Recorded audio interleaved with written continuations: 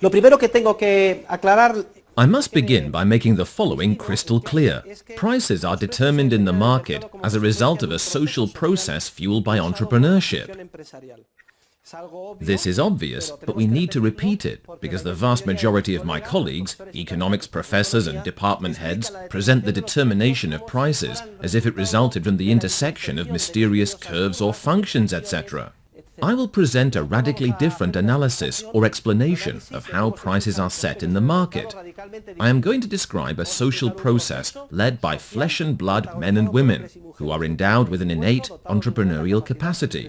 We cannot possibly understand how prices are determined if we do not first have a sound grasp of the nature of entrepreneurship. That is why we have devoted so much time and effort to studying it analytically. Well, we saw that in a system based on the division of knowledge or labor, an incredibly powerful force leads us to make exchanges, because in keeping with the law of marginal utility, each person values very little what he already has, and what he has specialized in producing, and he values very highly what he lacks and others have. So we are more or less destined to make exchanges with each other. In addition, we saw that society, the market, is a process, an extremely complex network of human interactions, which basically consist of exchange relationships. Well, we are going to study 4 different types of exchange processes that give rise to monetary prices, and we will go from the simplest case to the broadest and most general case. The simplest case is that of an isolated exchange. Next, we'll consider one-sided competition among buyers. For example, an auction, to give you a clear visual idea. Then we'll look at one-sided competition among sellers. And last, we'll study two-sided competition. In honor of Böhm-Bawerk, let us consider the same market he does in his classic work Capital and Interest. Böhm-Bawerk looks at a market for horses, where presumably there are buyers and sellers interested in buying and selling horses, viewed as a scarce and also homogeneous economic good. At the time he was writing, horses were the standard means of transportation. It would be like looking at the car market today. Okay, now let us recall the essential lesson from the other day about the circumstances conducive to exchanges. For any exchange to take place, there must be inequality in opposite subjective valuations between the parties who will potentially close the deal. So we will imagine the following scenario. There are 2 economic agents, 2 gentlemen, Mr. A and Mr. B. Well, Mr. A does not have a horse and is thinking of buying one. The subjective valuations on his value scale are as follows. He subjectively values the horse he does not have more than 300 monetary units he does have. Let's say, for example, that I'm Mr. A, and I want to buy a horse, and the following condition exists in me. I subjectively value, and you know that subjective valuations can only be compared, they are not a cardinal dimension which can be measured. Anyway, 300 euros, or monetary units of whatever currency, are worth less to me than the horse I want to buy.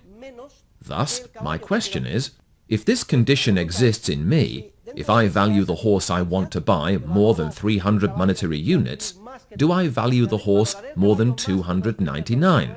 And more than 250? Obviously. And more than 200?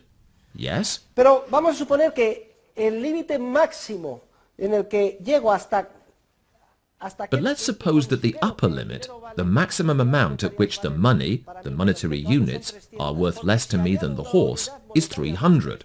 Because if I add one more monetary unit, 301, then the scales are reversed. Well, if this inequality in subjective valuations exists in me, we will summarize it by saying that Mr. A values at 300 monetary units the horse he wants to buy. In today's class, and from this point on, when I say Mr. A values the horse at 300, you must associate that with these 2 inequalities in subjective valuations. To put it another way, the potential buyer of the horse is willing to pay up to 300 monetary units, but no more. Okay?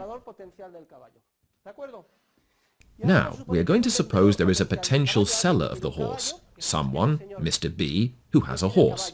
Well, it turns out that 100 monetary units, which he lacks, are subjectively worth more to him than the horse. Now, the inverse of the question I asked before is this. If 100 monetary units are worth more to him than the horse he has, are 110 monetary units worth more? Yes. How about 150 or 200? But we will suppose that the lower limit is 100 monetary units. That is, if one unit is subtracted, 99, then the balance shifts. Man, 99 euros I don't have are worth less to me than the horse. If these two inequalities in subjective valuations exist in Mr. B, the potential seller, we will say that he values his horse at 100. To put it another way, he is willing to sell it for 100 monetary units, but not for less. Bueno, pues vamos a estudiar ahora el primer caso, que es el que tenemos que entender bien. Well, now we are going to consider the first case, which we must understand well, and that is the case of price determination in an isolated exchange. An isolated exchange is one which involves only one potential buyer and only one potential seller. Let us ask ourselves the following question. If these inequalities in subjective valuations exist in the minds of Mr. A and Mr. B, in short, if Mr. A is willing to pay up to 300 monetary units for the horse he wants to buy, and Mr. B, who has the horse, is willing to sell it for 100 or more, the first question we could ask ourselves is, will an exchange take place? What was the necessary condition for an exchange to occur? We said that there must be inequality in opposite subjective valuations, that each party must attach a higher subjective value to what he lacks and the other party has than what he has and expects to give in the exchange. Does that situation exist here? Obviously it does. So the first condition for an exchange to occur is met. There is inequality in subjective valuations here.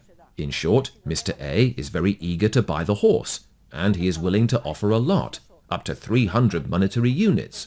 And Mr. B is very eager to obtain monetary units. He is willing to sell his horse for even as little as 100 monetary units. There is inequality in subjective valuations, and hence the first necessary condition for an exchange to occur is already met. However, there is a second essential condition, our good friend entrepreneurship, which is represented by the entrepreneurial light bulb. Both parties must recognize the profit opportunity. They must realize they both come out ahead if they reach a deal, for in a society based on contractual ties, exchanges are voluntary, and they take place if and only if both parties benefit from a deal. Here it is clear that they stand to benefit, because an inequality in subjective valuations exists, but the parties must notice the profit opportunity, detect it, recognize it, discover it, seize it entrepreneurially, realize there is a profit opportunity, and then swing into action. What does action consist of? It consists precisely of closing the deal.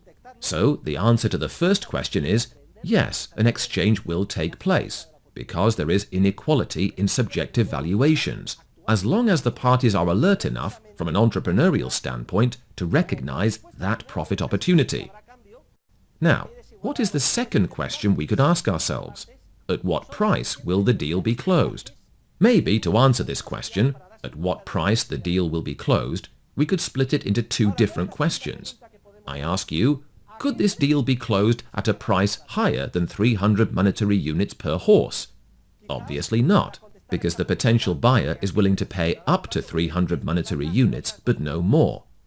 Next question. Could the deal be closed at a price lower than 100 monetary units? The answer is no again, this time because of the seller, who is willing to sell a horse for 100 monetary units or more, but for no less.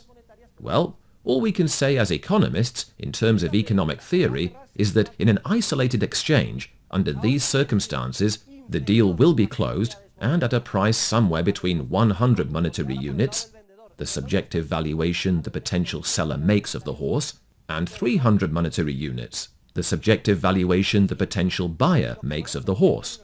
The most we can say is that clearly a deal will be reached, if the parties entrepreneurially discover the profit opportunity.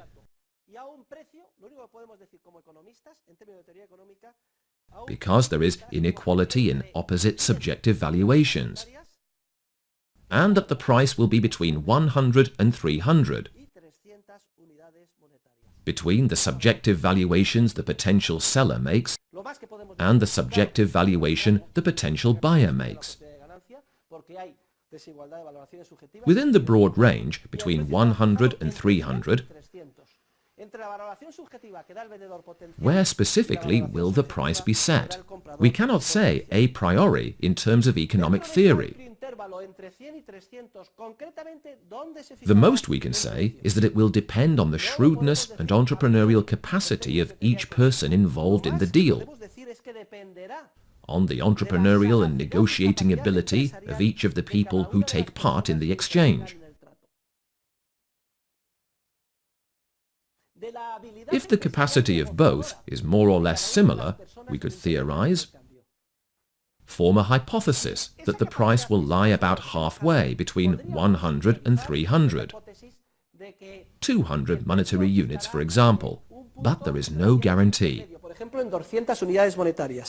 Pero no hay ninguna seguridad. Vamos a poner primero el caso del... Let us begin by considering a case in which a marked inequality exists in the entrepreneurial and negotiating abilities of the two parties. We will think of the housing market. Let us imagine a house and a widow whose husband has just died in a tragic accident. It happened just 2 weeks ago, and he has left the widow with 3 small children, and also with a mortgage and a huge loan he took out for his company. The loan must be repaid within the next 2 weeks, or the widow's property will be seized. In short, the widow is in a desperate situation. She has to sell the house somehow. She is the potential seller of the house. Everyone can imagine those circumstances, right? Okay. Now, suppose I am walking through the neighborhood and I see the house and I say to myself, hey, this is the house I was born in. I spent my childhood here. How I would love to own it. What I wouldn't give to buy it. I'd give anything. I spent the happiest years of my life here. I am the potential buyer and I am terribly interested in the house. Notice that we are creating this hypothetical situation and contrasting the circumstances of the potential buyer, who is extremely excited about the house, with those of the seller, who is desperate. Well, we're going to look at different scenarios. Let's imagine I say to myself, I'll go right over there and see if there's any chance, but I'd better not get my hopes up. There probably won't be. Whoever lives there probably doesn't want to sell it. And why would they? That would be an unusual stroke of luck. Anyway, I'll ring the bell. Ding dong! What do you think will happen if I am a real expert in the business world, and I do not rush, I keep my cool, and I think, let's just see what happens, what the atmosphere is like. I certainly won't put all my cards on the table right off. I'll just ask a casual question or two. What will happen if the widow has no negotiating ability or entrepreneurial spirit? Or if that day she just feels clumsy and she opens the door in tears, dressed all in black, with a desperate, shaken look on her face. Oh, yes? Hello, good afternoon. Is this a bad time? Boo-hoo-hoo. What's wrong, Mom? Boo-hoo. My husband died 2 weeks ago. He did? Oh dear, I'm so sorry. I would not have intruded on you if I had known. No, come in. Would you like something to drink? No, Mama, I don't want to disturb you. I simply couldn't. Oh, you can't imagine what I'm facing. My husband has just died. The bank is threatening foreclosure, and I have to pay back a loan as quickly as possible. I'm in a desperate situation. Now, if I have a minimum of negotiating ability, what do you think will happen? What direction do you think the price will go in if this poor woman is so clumsy? I'll say, oh no, oh dear, you poor thing, what a terrible situation. I was just passing by and I stopped because I got lost. All a lie. And I was hoping to ask directions. So, you say your situation is desperate? Oh dear, you poor thing. How much is it you need? Well, the mortgage is 50 monetary units and the loan is another 50, so 100 would get me out of this mess. 100?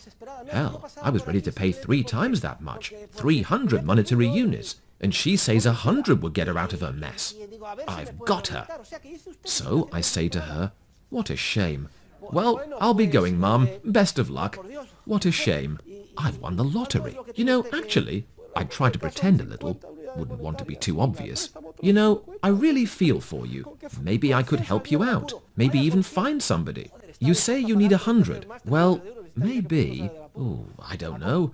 I just might be able to find somebody willing to pay 100. But then again, the market looks pretty bad. I really don't think we'll find anybody. Boo-hoo-hoo! And then, finally, well, look, I think I can afford it myself. 100 monetary units. I reel her in and we sign the agreement. Note the glaring imbalance in negotiating ability. So, given the potential seller's clumsiness at negotiating, the price will tend toward 100 monetary units. Remember, it cannot be less than 100 because then the deal will not be closed.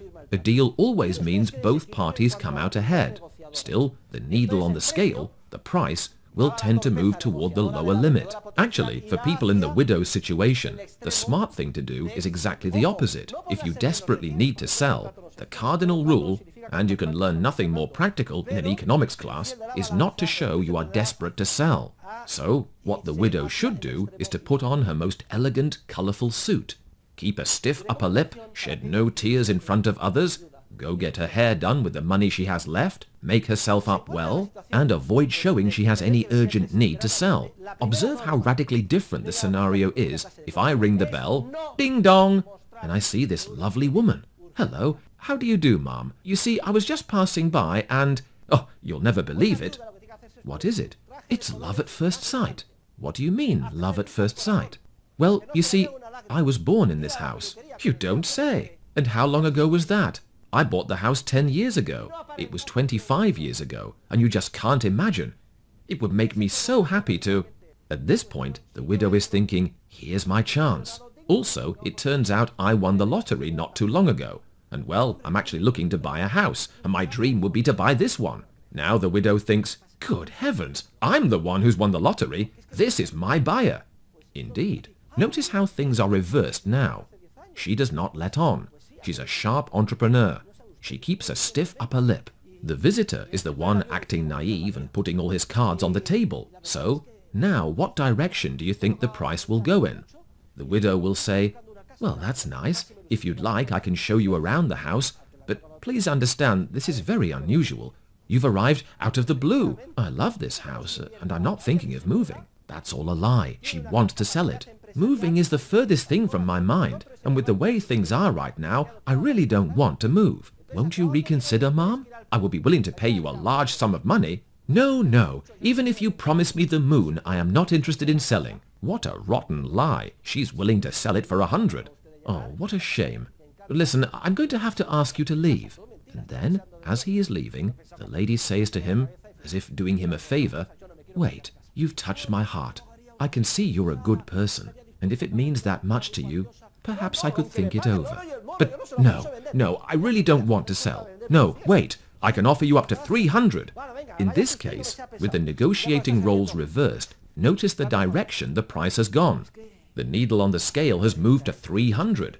If both parties are good negotiators, we would expect the deal to be closed at a price more or less in the middle. Another typical example is that of used car salesmen. I will never forget something that happened to my father. My parents were thinking about buying a car. I was very little, and I overheard the typical conversations at home. Well, I've just seen this model. I like that model, etc. So, my father made his decision and he went to the dealership. But he made a terrible mistake. He said to me, since you're so excited about it, why don't you come along? Well, here's what happened. My father walked onto the lot, and my dad, who knew what he was doing, liked a certain red car. But he didn't walk over to the red car. He walked over to a different car. Immediately, the salesman came out. Ching! There is no one more alert, no one slicker than a used car salesman. He immediately said, what can I do for you, sir? My dad said, I was just passing by. In fact, I don't even really need a car. I've already got 3 or 4 at home. But I saw you might have something interesting over there, and I thought, well, I'll just go over and take a look. Meanwhile, I was thinking, what is Dad talking about? He's been telling everybody at home, and everybody knows perfectly well that he really wants to buy that car. But I kept quiet for the moment. Then my father went over to another car, and he started asking questions. What about this one? Ah, well, I could get you behind the wheel of this one for only blah blah blah. So my father walked around and asked about several different cars before he got to the one he was really interested in. Then, without giving himself away, he said, and this one? Oh, good grief, this one is way too expensive. It's out of the question. I'm not interested. And that's when I jumped in and made a mess of things. I was 4, and I said, but Daddy, didn't you say at home that this is the car you wanted to buy? Well, the salesman saw his chance then, and said to himself, what a wise guy, now I've got him. I think my father ended up paying a lot more for the car because he took the kid along. The important thing to remember is that in an exchange, when the deal is closed, both parties always come out ahead. Imagine that in the exchange involving the house or the car, in the end, the deal is closed at a price more or less in the middle. Let's say that as a result of her great entrepreneurial negotiating skills, the cheerful or supposedly cheerful widow closes the house deal at around 200 or 220 monetary units, with the man eager to buy his childhood home. In the end, they reach a deal, and when they shake hands and sign, one of them, I, the buyer for instance, might say, well, now that we've closed the deal, I've got to tell you, I'm simply delighted, because I'm going to pay you 250 monetary units, and I was willing to pay you up to 300. And I might smile a broad smile, as if saying, what an idiot, what a sucker you are, widow, for having sold the house, because I could have paid you much more. And what might the widow respond? No, you're the idiot, because I was willing to sell you the house for only 100. You big sucker, you're going to pay me 250. In other words, both parties always win in an exchange, and this happens in all the exchanges you can think of, not only those reflected in monetary units, but direct exchanges as well. Exchanges between guys and girls take place because both parties come out ahead. However, I do want to stress that on many occasions in our daily lives, and far more frequently than you think, we find ourselves involved in isolated exchanges, or situations equivalent to an isolated exchange, and thus it is very important when I view the other person or the good as unique and vice versa. We are involved in an isolated exchange for some subjective reason. And thus, it is so important that we develop these negotiating skills. We will also see that in the market, a number of institutional processes have developed and keep us from having to conduct our lives as if surrounded by an Arab souk. Who's been to an Arab souk? Who's been to Morocco? What happens in Morocco when you pass by? Suddenly there are 7 people shouting, "Hey, do you speak Spanish?" Spanish? A bunch of people follow you. You ask, how much is this? This? 100 euros. And you say, 100 euros, you're crazy. And you walk out, even if you want to buy it. And then the seller comes out after you. 75, 75. No, thank you, not interested, goodbye. And now he's running down the street and calling out from another corner, 50, 50. Now he's come into the hotel. 22, 22, 20 Spaniard. The price keeps dropping.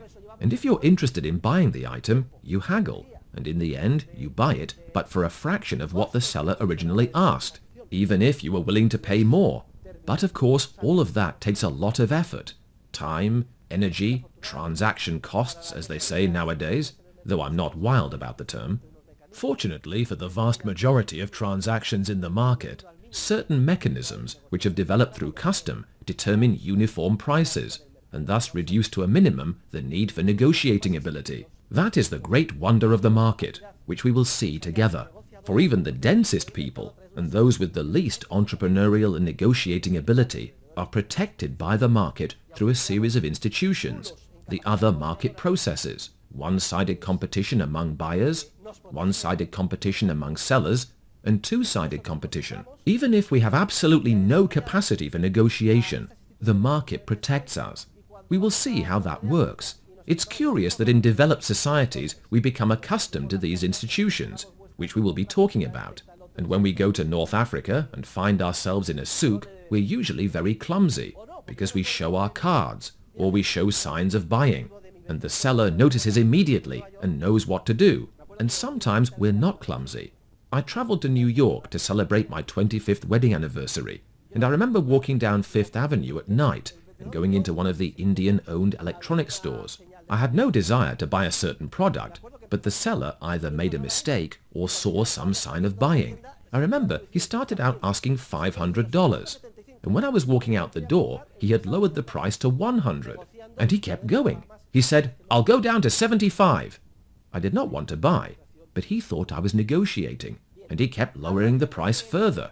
I just did not want to buy, but that was a very clear illustration. Okay. Even though in most of the exchanges we make in the market, we are protected by certain institutions we will be looking at right away.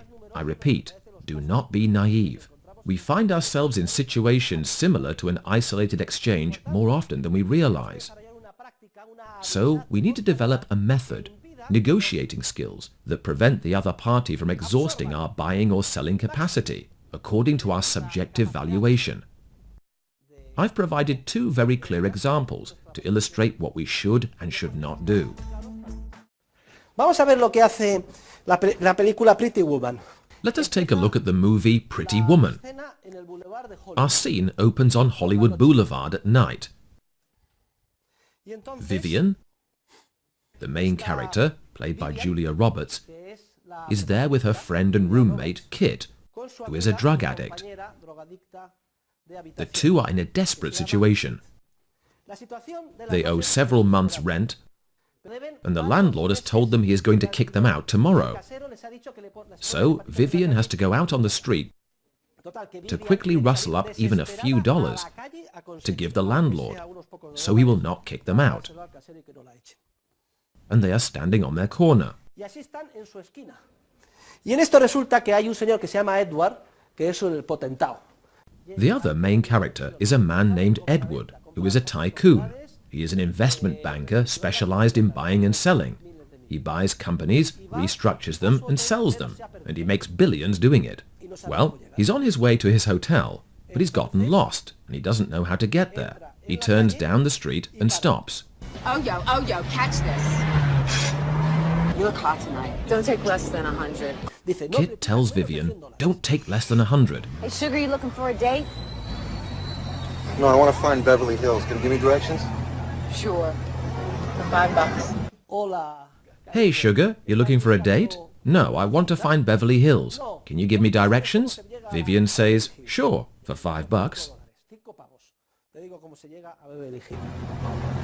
ridiculous. Price just went up to 10. Eso es ridículo. That's ridiculous. And Vivian, with a very dignified air, says, the price just went up to 10. Well, in Edward's money clip, there are only $20 bills. Y dice, tienes cambio de 20. You win, I lose. You change for 20. For 20, I'll show you personal. Y dice, por So 20. he asks, you got change for a 20? And Vivian answers, for 20, I'll show you personal. Drive. And that's where the scene ends. The two of them drive off in the car. That section of the script is actually titled Negotiation of the Price. Let's see how they negotiate the price. Well, Edward has already got this girl in his car, though he's not quite sure how it happened. In theory, she's going to show him, for $20, how to get to Beverly Hills, and that's when temptation comes. The flesh is weak, right? There are a number of vicissitudes. She's right there within his reach, and Edward, who has been all wrapped up in his business deals, comes back down to earth and asks, what kind of money do you girls make these days? What kind of money you girls make these days? Ballpark. Can't take less than $100. $100 a night. For an hour. Can't take less than $100. She is asking a lot of money. $100. Notice the negotiation. They are already negotiating. $100 a night for an hour. You gotta be joking. I never joke about money. Needs to do hot. You gotta be joking. He refuses. They are negotiating. She gets tough. I never joke about money. And Edward says, neither do I. But he keeps turning it all over in his mind, and he's thinking, man, this girl. So he asks Vivian, how much for the entire night? And Vivian answers, you couldn't afford it. How much for the entire night? and couldn't afford it. Try me. $300. Done. Try me. She thinks it over and says $300. Now that she is being brave, she might as well ask $300 a night. And Edward, who has seen the goods and likes what he has seen and would be willing to pay $3,000, says, do you know what he says? Done. $300 for the whole night. That is their process of negotiation. Would you consider spending the week with me? If you're talking 24 hours a day, it's gonna cost you. Yeah, how much? 6 full nights, days to 4,000. Later he asks her, would you consider spending the week with me? How much? Well, she has already seen his hotel suite and she says 4,000. Notice that this time around she starts out asking 4,000. He says 6 nights at 300 is 1,800. Well, they go back and forth a couple of times and finally close the deal at 3,000. 6 nights at 300 is 1,800. You want days too? 2,000. 3,000. Done. Holy shit! Entonces digo que una de las veces se pelea. At one point in the movie, Vivian tells Edward, maybe it's when they're fighting and she's telling him off. Anyway, she says, I would have stayed for 2,000. And it gives her a feeling of satisfaction, as if saying, I'm smarter than you. You're an idiot because you've paid me more. And do you know how Edward responds? He doesn't even bat an eye. He's as cool as a cucumber. He says, I would have paid 4. From his point of view, he is the one who has gotten the better end of the deal. So they balance each other out. Again, that illustrates what all the examples I have provided have shown. That in an exchange, when the deal is closed, both parties always come out ahead. The buyer was always willing to pay more, and the seller was always willing to sell for less. Always, under all circumstances. Luego, apliquémonos el cuento, queridos alumnos. So, dear students, let us take note. When we find ourselves in a situation that requires us to make an isolated exchange, let us not show all of our cards. Let us try to develop the necessary negotiating skills, so that at least we can close our deals at a price somewhere in the middle. And I repeat, even if the price lies at one end, both parties benefit whenever a deal is closed. Remember the conclusion Böhm-Bawerk draws. He writes, in isolated exchange, exchange between one buyer and one seller, the price is determined somewhere between the subjective valuation of the commodity by the buyer as upper limit and the subjective valuation by the seller as lower limit. Afortunadamente les decía que en el mercado se desarrollan de forma espontánea. As I was saying, fortunately a number of institutional processes have developed spontaneously in the market, and in most cases remove the need for haggling. We are now going to consider the second, third and fourth types of exchange processes.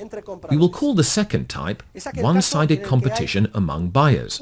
It involves only one potential seller, or the seller of one unit of a good, and several or many potential buyers. Institutionally speaking, we can very easily visualize it, because it is the case of an auction.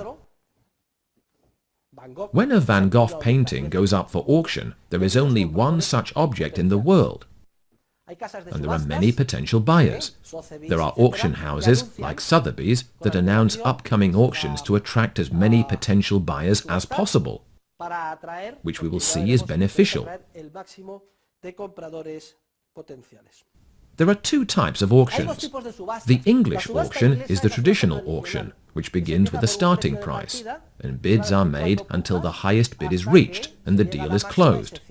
The Dutch auction is conducted in the opposite fashion. It begins with a very high price, which then gradually decreases, and the first to pay it makes the purchase. The English auction is the typical auction in which people bid on a painting. The Dutch auction, well, for example, imagine a market for attractive slaves in Rome. I read about this example the other day. So they bring out a beautiful girl, they display her, and they ask a sky-high price, 1,000,000 sestertii. And everybody cries, "That's crazy! What an outrageous price!" Then they start to lower it. There is no buyer at 1 million. The price is now 950,000, 900,000, 800,000. And a bunch of chubby, lecherous senators start thinking, I hope nobody else gets her. Maybe that other man's going to get her. 750. Now one is getting nervous. 700. And he can't take it anymore. Me! And that man buys her for 700. He may be making a mistake. In that downward auction, like the Dutch auction, perhaps the buyer could have waited longer. But the risk of waiting is that somebody else may buy the girl. Let us look at another example. We will imagine it is a case similar to one we considered before. There is one potential seller of a horse, and he values the horse at 100 monetary units. But here, unlike before, there is not just one potential buyer, A, who values the horse at 300. Instead, there are other potential buyers, AD, AE, AB, and AC, who value the horse at 280, 250, 220, and 200. Well, if under such circumstances B were to act hastily, let's say B is the desperate widow who must sell her house, if she were to rush into a deal and sell the house to the first person who walked by, for example to Mr. AC for 200 monetary units, she would be committing a very grave entrepreneurial error, because there are other people who are willing to pay more. If the desperate, tearful widow who has an urgent need to sell her house has a minimum of good sense, she will start by placing an ad which states that her house is for sale, and her goal will be to let as many people as possible know, to give them the information that the chance to acquire this house exists, just as Sotheby's produces a catalogue and distributes it worldwide to attract many potential buyers. The moment there are several potential buyers and one sole potential seller, the market process driven by the force of entrepreneurship swings into action. How does it swing into action? Well, that's very simple. Mr. AC is willing to pay up to 200, and he offers Ms. B maybe 150. And Ms. B is going to agree to close the deal, because at 150 it is in her interest. But right before she does, as the other people there are entrepreneurs, and they are in an institutional environment, bidding, in which they detect that possibility, Mr. AB, before the deal closes, says, "No, I'll pay 210. Well, as soon as Mr. AB offers 210, Mr. AC's bid becomes void, and Ms. B is thrilled. Look at that! The buyers are fighting among themselves. I haven't moved a finger, and they've already raised the price from 150 to 210. How lucky I am! What a good price I'm going to get for my house. I'll agree to close the sale at 210. But before the sale closes at 210, Mr. AE, who is very interested in buying the good and is willing to pay up to 250, pushes up the bidding. He says 230, and again Miss B's heart jumps. Imagine that! 230! I'm speechless. I'm the luckiest woman in the world. I'm so happy. I'll sell it to him for 230 right away. But before the deal closes at 230, Mr. AD, who is willing to pay up to 280, says, "I'll offer you 260. Ms. B says, "This is truly extraordinary." Notice that in one-sided competition among buyers, the price tends, spontaneously, and by the force of entrepreneurship, to gradually approach the maximum valuation of the buyer. Before the deal closes, what does Mr. A say? "No, ladies and gentlemen, I am the one with the most interest, 290. And AD, AE, AB, and AC, who have less capacity to make exchanges, are all outbid. The deal will be closed at a price between 280 and 300, and the subjective valuation of the seller is totally irrelevant. Note that this is very important. So, in one-sided competition among buyers, visualize the example of the English auction, we can say, as economic theorists, that the price will lie in a much narrower range. It will be set between two limits. The upper limit, as always, the buyer's subjective valuation, cannot be higher than 300. And what is the lower limit? The subjective valuation of the outbid buyer with the greatest capacity to make exchanges.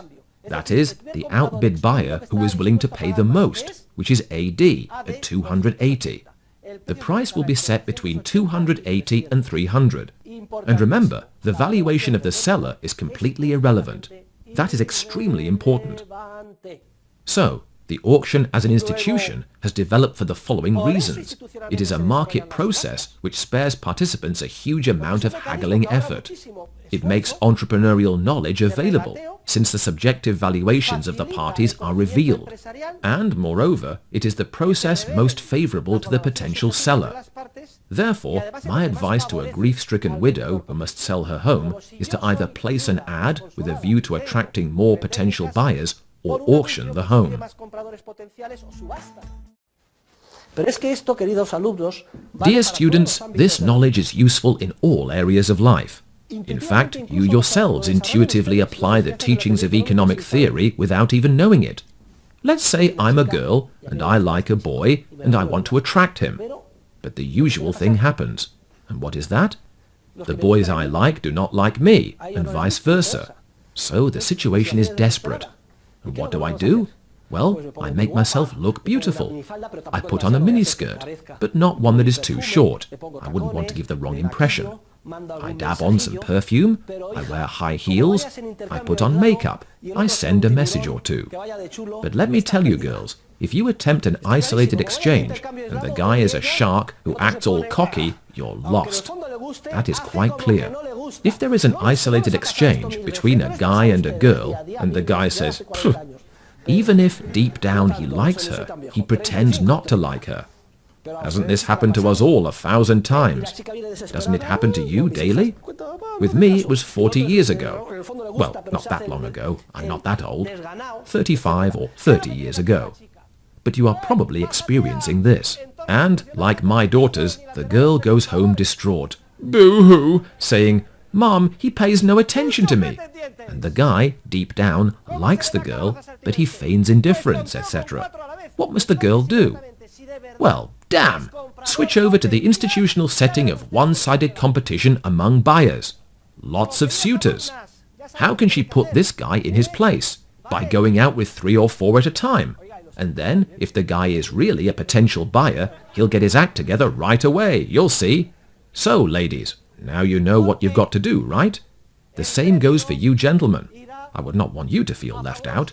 I mean this for you too. The thing is, ladies, the price will be in your favor if you have many potential buyers of yourselves. That is, many suitors. Clearly, if you have many suitors, the price will tend to rise. What can you offer me? Well, I can offer you lifelong love and affection. But how's your bank account? Well, it's not bad. I am an honest, responsible, hard-working person. And what can you offer? Well, my bank account is very low, but I can offer many moral principles. I am a person who... And what can you offer? Listen, we have got to take all of this into account. Make no mistake, if money is the only attraction, that is a very bad sign. Moral principles come first. Second comes fitting in with each other, more or less. It's something you have to see as you go along. Third, money is not bad, and beauty comes last. So please, do not ever marry for love. Only dimwits and yokels marry for love. Do not get married in love, or whatever it is they say. No, do the opposite. Fall in love with the person you should marry. Among other reasons, because if you marry for love, well, what's your reason for marrying? I'm in love. Moron. Do you know what happens? Passion fades after 4 or 5 years, and then what happens? Listen, we're separating. Why? We're not in love anymore. It is certain that passionate love fades, and that is why couples break up. People are getting it backwards. Read the story of Disraeli, the English politician, who married a 60-year-old woman, and the two were extremely happy together always. They didn't marry for love, and they didn't marry for money either. But they built a life together, and they put in a personal effort to make a success of it, and they were extremely happy. Often my students say to me, "Professor, how unromantic you are." That's right, I am not romantic.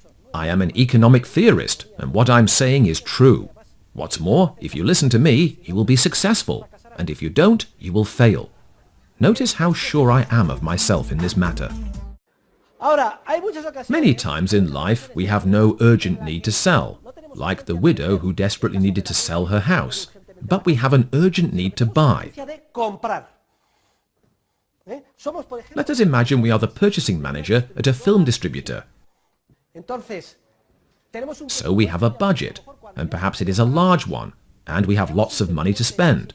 Would it be smart of us to show all our cards to the first supplier and be ready to buy, like the excited man who had discovered the home of his childhood and was willing to pay a large sum of money for it?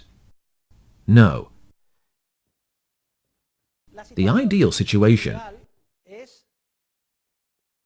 is one in which competition is encouraged, but in the opposite direction to the one we've just seen in the case of auctions.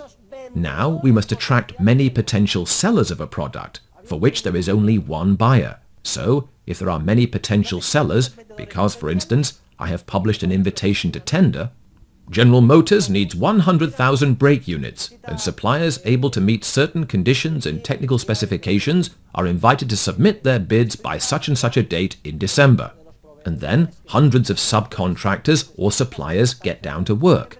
Each company has its own valuations, and since the goal of each is to obtain the business, the suppliers pull out all the stops to get higher quality, lower priced products. So, let us suppose one is willing to sell starting at 100, another starting at 120, another starting at 150, another starting at 200, and another starting at 250. A sort of auction takes place, but in the opposite direction.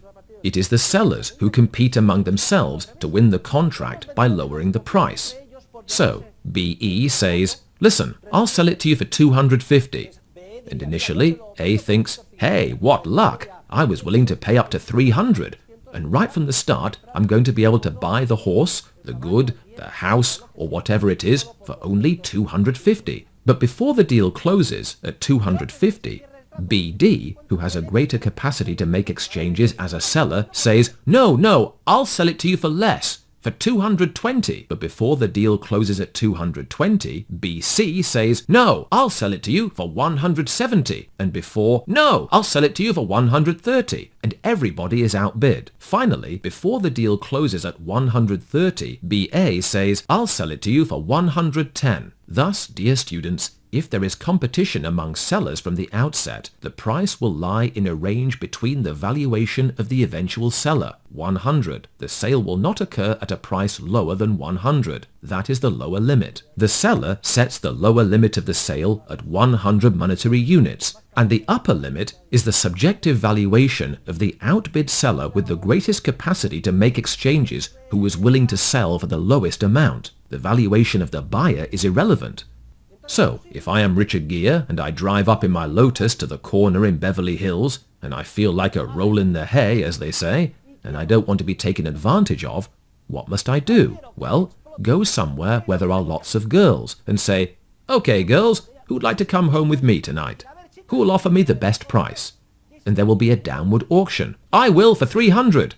And another girl will say, No, 250. And the one next to her, 200.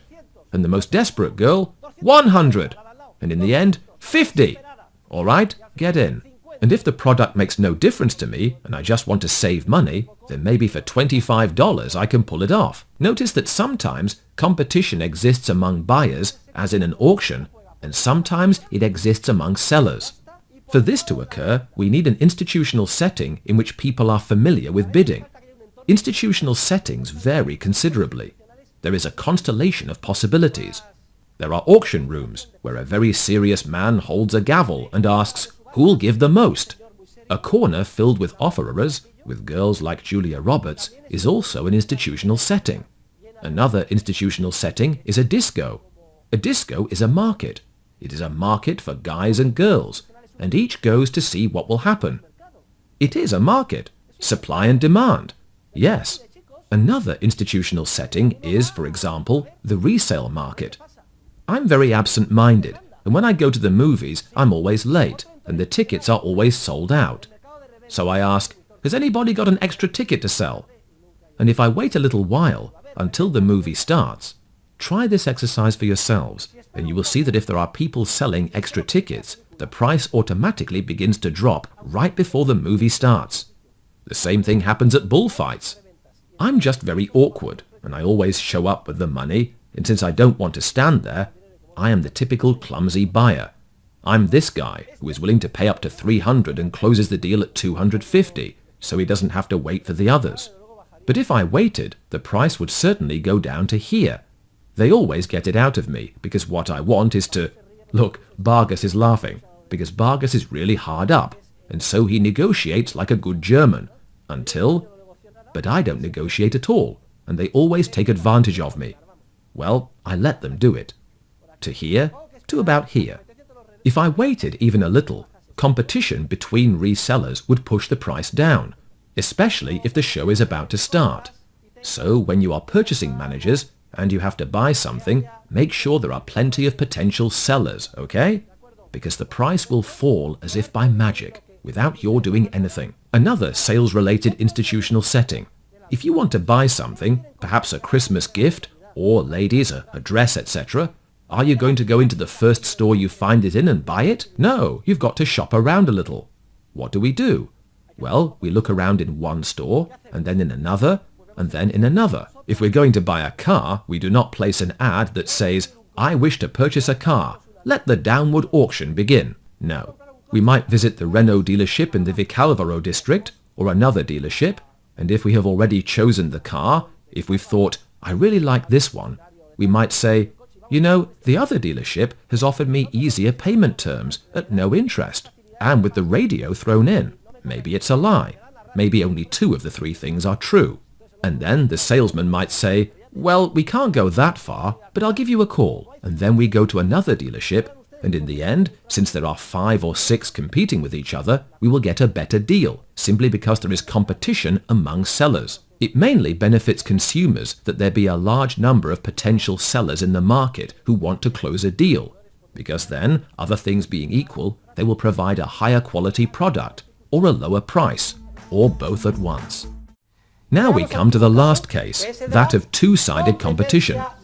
Two-sided competition exists when there are many potential buyers and many potential sellers. Most of the exchanges we participate in involve two-sided competition, because when we want to buy bread, we find there are many bakeries, and also many other people who want to buy bread. And the same is true for cars, houses, etc. For illustrative purposes, I have supposed here that there are 10 potential buyers, but we could imagine that there are 10,000, 100,000, or 1 million with their valuations, and 8 potential sellers with their valuations. In short, what I have done in this case is to superimpose the 2 previous cases. Let us suppose that these circumstances arise. It is important for you to know that these subjective relationships are not given. They are not fixed. They are not static or immutable.